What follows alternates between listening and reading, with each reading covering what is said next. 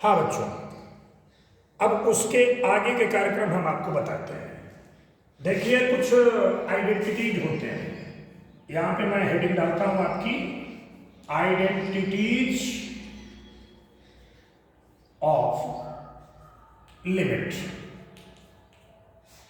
ठीक है बच्चों, मुख्य रूप से 4 प्रकार की आइडेंटिटीज ऑफ लिमिट होती है, जिसको आपको थोड़ा सा याद रखने की जरूरत पड़ेगी और उसी के सहारे आप अपनी सवाल को सॉल्व कीजिए।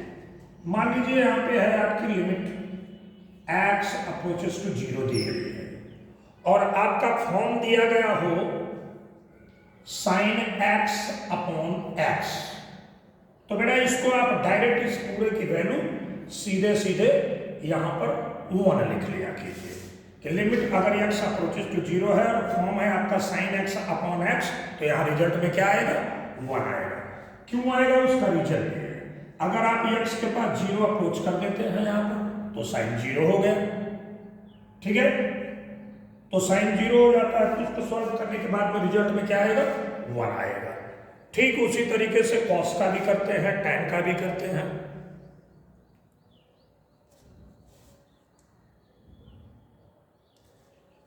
अब आप दूसरी देखिए, लिमिट अगर x अप्रोचेस टू 0 और फॉर्म आपका दिया हो tan x अपॉन x, इसका भी रिजल्ट क्या आएगा 1 आएगा।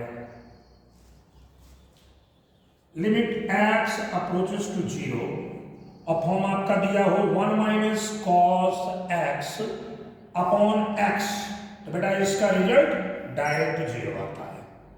ठीक है, अब मान लीजिए limit x approaches to a दिया, ये फॉर्म दिया और इस तरीके से दिया हो x पे पावर n, a पे power n upon x minus a, तो इसका रिजल्ट होता है n और a पे पावर n माइनस 1।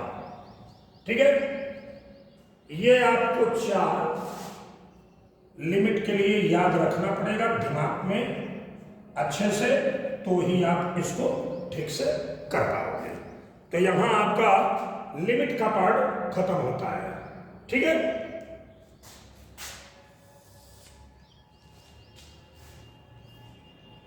अब यहां आते हैं आपके डेरिवेटिव के पार्ट।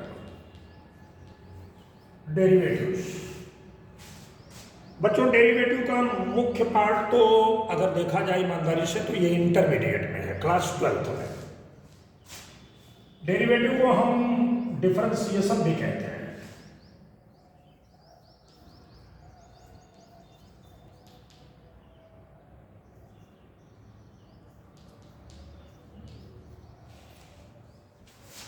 अब डेरिवेटिव क्या होता है बच्चों, डेरिवेटिव होता है स्लोप ऑफ टेंजेंट।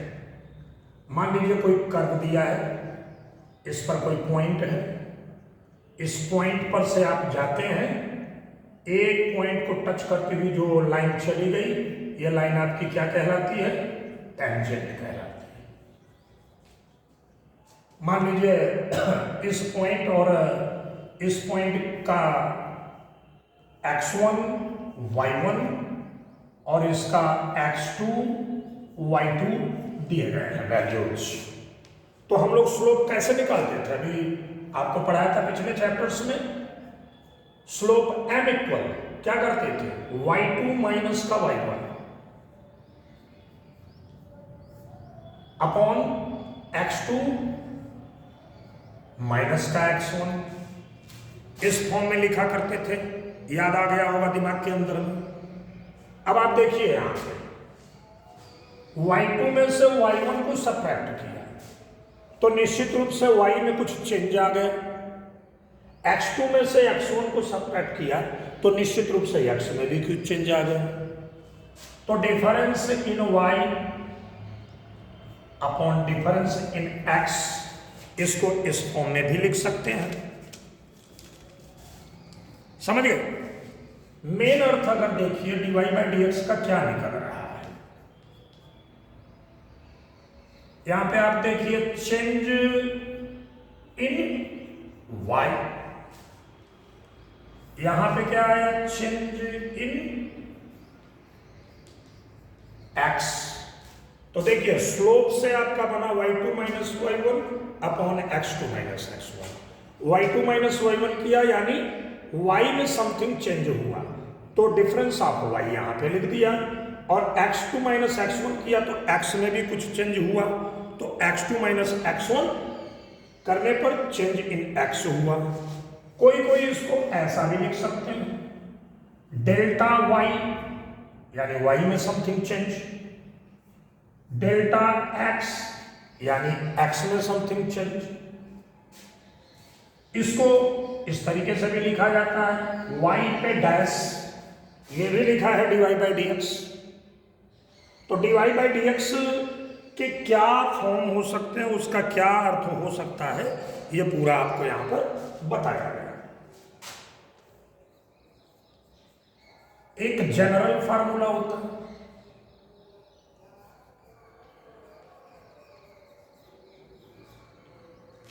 मान लीजिए y इक्वल एक्स पे पावर n दिया गया है। तो जब हम आप इसका देखिए फंक्शन y किस फॉर्म में है, x के रेस्पेक्ट में, तो इसको लिखते कैसे हैं, dy बाई डी एक्स।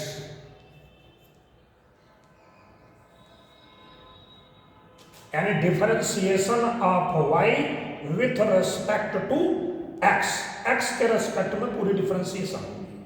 अब इसका डिफरेंशिएशन करेंगे x पे पावर n का, तो n पीछे,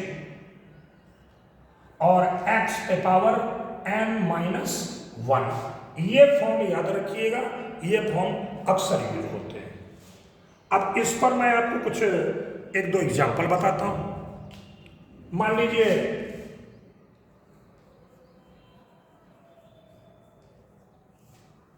आपको दे दिया गया कि इसका डेरिवेटिव करिए y equal x cube plus x square plus x plus 1। ध्यान से समझिए, y का डेरिवेटिव करना है तो dy किसके रेस्पेक्ट में करना है, x के रेस्पेक्ट में करना है, तो dy बाई डी एक्स, यानी derivative of y with respect to x।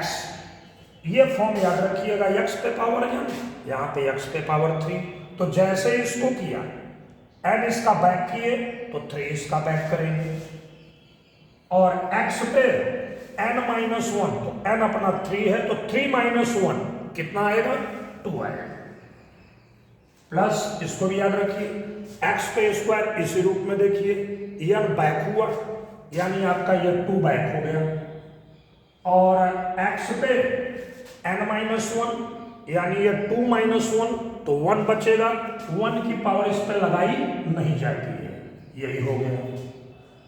Plus जिसके रेस्पेक्ट में हो अगर केवल वही भर दिया रहेगा तो उसकी वैल्यू हमेशा 1, यानी x का डिफरेंशिएशन 1, x का डेरिवेटिव 1।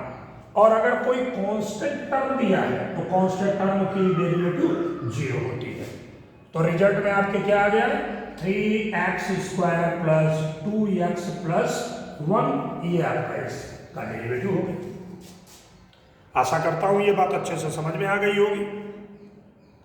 कोई भी फॉर्म हो किसी को भी निकाला जा सकता है इसी तरीके से, ठीक है, ओके।